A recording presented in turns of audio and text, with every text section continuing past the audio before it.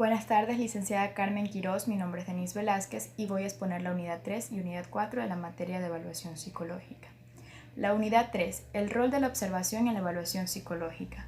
La observación es una herramienta que permite la obtención de datos en la evaluación. Ofrece indudables posibilidades de aplicación por su fiabilidad y rigurosidad, maximizando sus ventajas y adquiriendo escasa relevancia los problemas o inconvenientes que vienen inherentes en ella.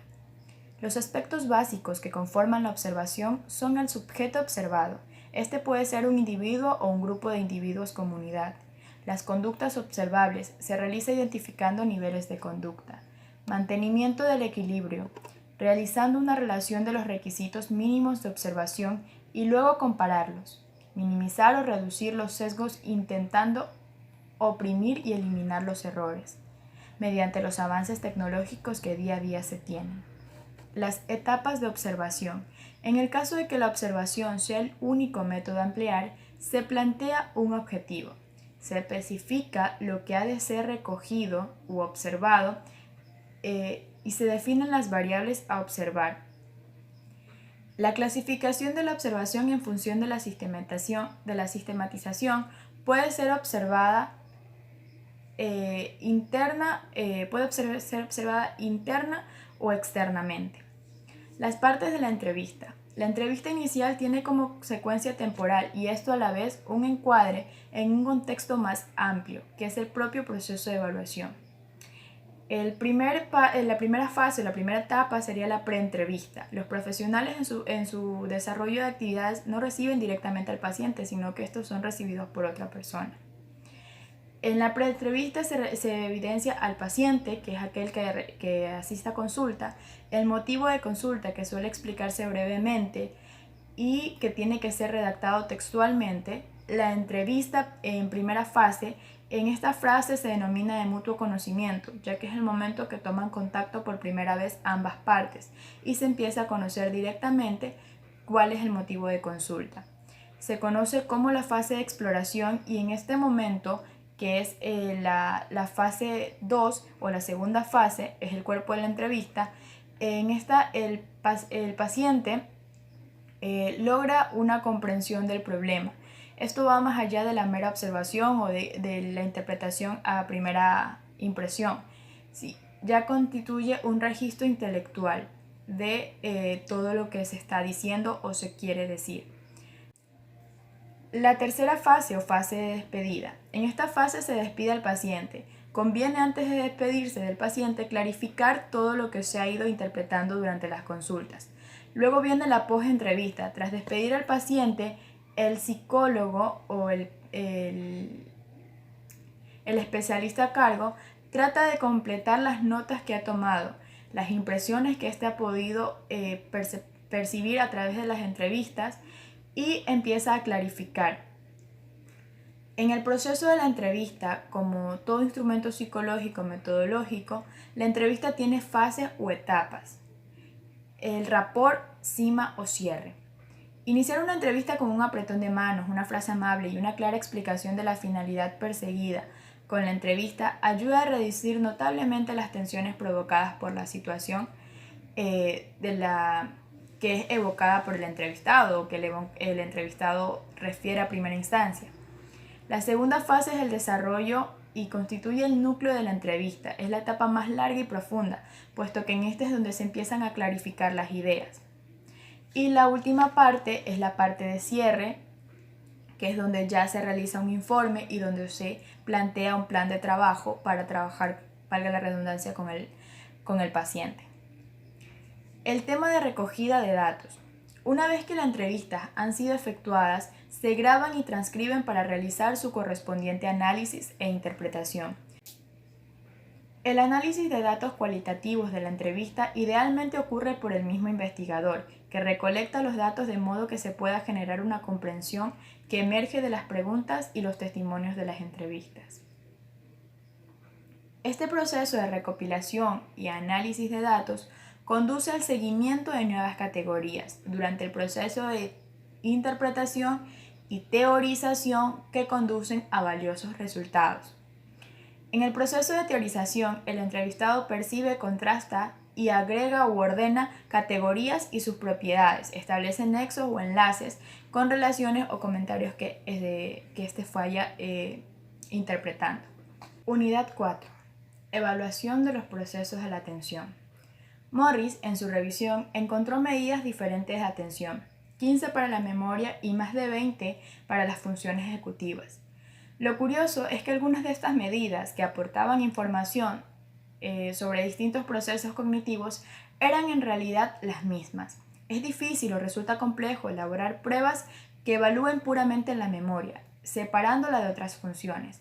Esto constituye un prerequisito para el funcionamiento del resto de procesos cognitivos. Por ello, algunos autores han propuesto mediante técnicas de análisis factorial diversos modelos de la estructura atencional. Esta estructura está compuesta por 4 factores que permiten abordar aquellos componentes de la atención que repercuten en el ámbito clínico. De esta manera, las más relevantes son 3: el control de la interferencia, la inflexibilidad cognitiva y la memoria operativa. Estos 3 pueden ser agrupados bajo el término control atencional, mientras que el cuarto factor reflejaría una propiedad básica del sistema, donde está implementada la atención. A este se lo conoce como la velocidad de procesamiento. La separación del control atencional en 3 componentes plantea la necesidad de incluir en el proceso de evaluación pruebas que permitan obtener la información sobre el estado de cada uno de ellos, así como el estado de la velocidad para procesar información. Se deben incluir pruebas para valorar la capacidad de atención sostenida, búsqueda o rapidez perceptiva, atención dividida, atención selectiva y la atención alternante, lo que implica distintas interacciones, cada uno de los componentes expuestos en el modelo de este sentido. El modelo de Schulberg y Mater, elaborado a partir de la observación de los pacientes con daño cerebral en distintos niveles de recuperación, aporta un claro esquema que se muestra útil para el trabajo en la clínica en estos tipos de pacientes. La evaluación clínica de la atención normalmente se realiza a partir de 3 fuentes de información: los test psicométricos diseñados para elaborar otros procesos cognitivos y que de forma directa evalúan la atención, las pruebas neuropsicológicas diseñadas específicamente para la evaluación de la atención y la observación directa de la conducta del paciente. Además, es preciso tener en cuenta la información relacionada con las repercusiones de los distintos déficits en la vida cotidiana. Esta información puede modificar la interpretación de los resultados obtenidos en la evaluación y el posterior abordaje. Evaluación de las funciones ejecutivas. Las funciones ejecutivas se pueden definir como el conjunto de capacidades cognitivas necesarias para controlar y autorregular la propia conducta, es decir, las funciones ejecutivas son las que nos permiten establecer, mantener, supervisar y alcanzar un plan de acción dirigido a una meta. Este conjunto se muestra relativamente delimitados en las estructuras prefrontales del cerebro, siendo estas la corteza prefrontal dorsolateral, la corteza prefrontal ventromedial, la corteza prefrontal orbitrofrontal y la corteza cingulada anterior. Es posible obtener una estimulación de la integridad funcional de estas estructuras a través de test de funciones ejecutivas. Las funciones ejecutivas nos permiten realizar correcta y eficientemente o efectivamente muchas de nuestras actividades del día a día. Mediante la práctica y el entrenamiento cognitivo se pueden mejorar o es posible mejorar nuestras funciones ejecutivas. Una completa evaluación o valoración neuropsicológica permite medir de manera eficaz y fiable las diferentes habilidades cognitivas como las funciones ejecutivas. La evaluación del pensamiento crítico. La evaluación del pensamiento crítico se viene realizando desde hace varias décadas, pero sus dificultades y limitaciones siguen siendo las mismas que las encontradas en sus comienzos. El origen de estos problemas es doble, conceptual y metodológico. El primero proviene de la falta de consenso sobre lo que se entiende por pensamiento crítico, y el segundo procede de la naturaleza de los test que mayoritariamente se han empleado. Wolpen propone un instrumento muy unido o socializado y acertado con el evaluar el pensamiento crítico, utilizando ítems o problemas que sean situaciones cotidianas. A este test se lo conoce como el Harper Critic Thinking Assessment Using Everyday Situations. Esta metodología consiste en diseñar problemas o situaciones a las que podamos anticipar las operaciones necesarias para su resolución. Algo importante que hay que conceptualizar es que la razón para desarrollar una prueba de pensamiento crítico nace de la necesidad de evaluar la intervención llevada a cabo en este ámbito.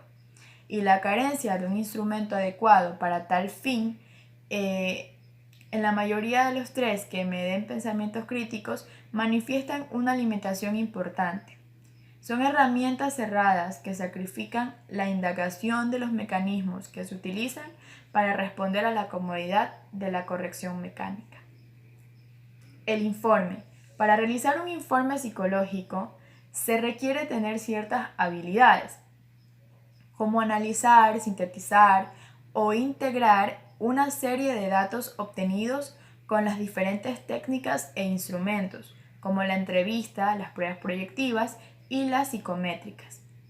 En el informe psicológico se describe la personalidad de tal manera que cualquiera que lo lea se espera que al terminar de leerlo tenga una impresión cercana a la realidad del examinado. Un informe psicológico debe tener equilibrio entre datos objetivos y abstracción.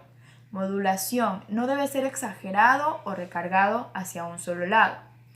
Debe ser asertivo y modesto. Interesar al lector, ejemplificar, discutir cada una de las partes del informe, facilitar el proceso de toma de decisiones. El informe es descriptivo y debe incluir recomendaciones para las cuales es conveniente tomar en cuenta los intereses y necesidades del examinado y de la sociedad. El informe propiamente incluye la ficha de identificación, que tendría nombre, sexo, edad, fecha de nacimiento, lugar de nacimiento, escolaridad, ocupación, estado civil, teléfono, dirección, quién lo refiere, fuente de información, fecha de estudio, fecha de primer ingreso, números de ingreso, fecha de entrada. Todo esto se ajusta de acuerdo al objetivo de estudio o a la meta que se ha planteado. Las pruebas administradas. Estas deben de referirse en el informe también el motivo de consulta o de estudio, las razones por las que fue referido, el cuadro sintomatológico que presenta y que requiere atención con frecuencia. El motivo de consulta no es necesariamente lo que está íntimamente relacionado con el diagnóstico. Sin embargo, es muy importante explorar exhaustivamente lo que el examinado está dando como motivo de estudio, porque puede ser que lo que está encubriendo es el motivo real y también nos dará información respecto al mecanismo que el evaluado está utilizando para no hacer contacto intelectual o afectivo con el conflicto que lo lleva a solicitar y recurrir un estudio psicológico. La descripción del paciente u observaciones generales, cómo se portó, cooperó, se esforzó, su atención, cómo estuvo, el habla fue fluida, verbal, vocabulario, si está de acuerdo, o su nivel académico-cultural, o si su desarrollo está acorde con el nivel académico, con el ambiente psicosocial al que está relacionado, o está por debajo de lo que debería estar, su nivel de espontaneidad, estado de ánimo. Como parte de la descripción, el familiograma para conocer el origen del evaluado, su contexto familiar, qué lugar ocupa dentro de la familia, la historia clínica, pre, peri y postnatal, para conocer sus antecedentes y detectar indicadores de algún problema orgánico que esté ocasionando el cuadro clínico que presenta o que haya relación cercana con el motivo de estudio. Resultados de las pruebas cuantitativas y cualitativas. Daño orgánico cerebral, disfunción cerebral, personalidad, orientación vocacional. Depende del objetivo de la evaluación que estemos realizando. Si haya no insight, qué mecanismos de defensa utiliza. También debe incluir recomendaciones o sugerencias. Estas deben ser claras y concretas.